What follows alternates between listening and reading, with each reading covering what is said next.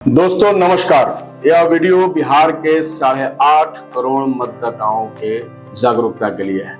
जैसा कि आप सभी जानते हैं कि पिछले कुछ दिनों से पूरे बिहार में हलचल मचा हुआ है। अचानक चुनाव आयोग के द्वारा यह घोषणा किया जाना कि पूरे बिहार के तमाम मतदाताओं का विशेष सघन परीक्षण किया जाएगा। उनके इस फैसले ने पूरे बिहार के मतदाताओं के सामने कई प्रकार के संकट खड़ा कर दिए हैं। आप सबको पता है इस सवाल को पूरे देश के अंदर विपक्ष मजबूती से उठा रहा है।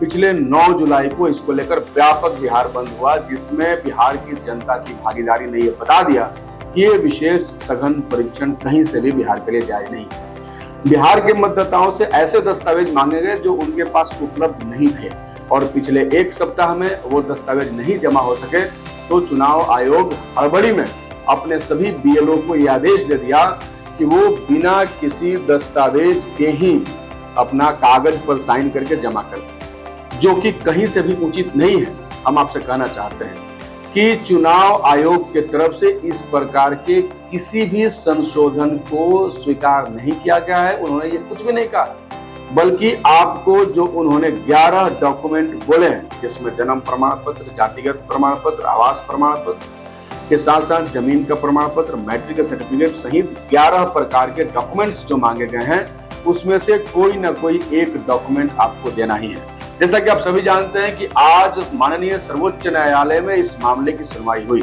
सर्वोच्च न्यायालय ने चुनाव आयोग से ये जरूर पूछा कि आपको इतना जल्दी फैसला लेने की क्या आवश्यकता पड़ गई। इस पर इन्होंने कुछ भी नहीं कहा और सर्वोच्च न्यायालय ने कहा कि प्रक्रिया पर मेरा सवाल नहीं है, लेकिन आप जिस तरीके के दस्तावेज मांग रहे हैं ये देना आम जनता के लिए संभव नहीं है। इसलिए चुनाव आयोग को माननीय सर्वोच्च न्यायालय ने यह सलाह दी है कि आप आधार कार्ड, राशन कार्ड और वोटर आईडी कार्ड सहित ऐसे कार्ड्स को जो जनता के बीच में उपलब्ध हैं, दस्तावेज हैं, इनको आप मान्यता देने पर विचार करिए। हम आपसे ये आज कहने के लिए आए हुए हैं कि आप सजग होइए, सचेत होइए और एक एक आदमी, आप सभी लोग वोटर बनने के लिए अपने जो डॉक्यूमेंट्स हैं उसको जुटाइए और डॉक्यूमेंट लगा करके ही अपने बीएलओ के पास अपना फॉर्म जमा करिए। नहीं तो भले ही आपके ऐसे ही जमा किए हुए फॉर्म से प्रारूप में तो आपका नाम आ जाएगा जो 1 अगस्त को प्रकाशित होगा, लेकिन जो अंतिम प्रकाशन होगा उसमें आपको ये दिखा करके कि आपने डॉक्यूमेंट नहीं जमा किया है, आपका नाम काटा जा सकता है। और आप सब जानते हैं कि वोटर लिस्ट में नाम नहीं होने से आदमी देश का नागरिक नहीं रह पाता है।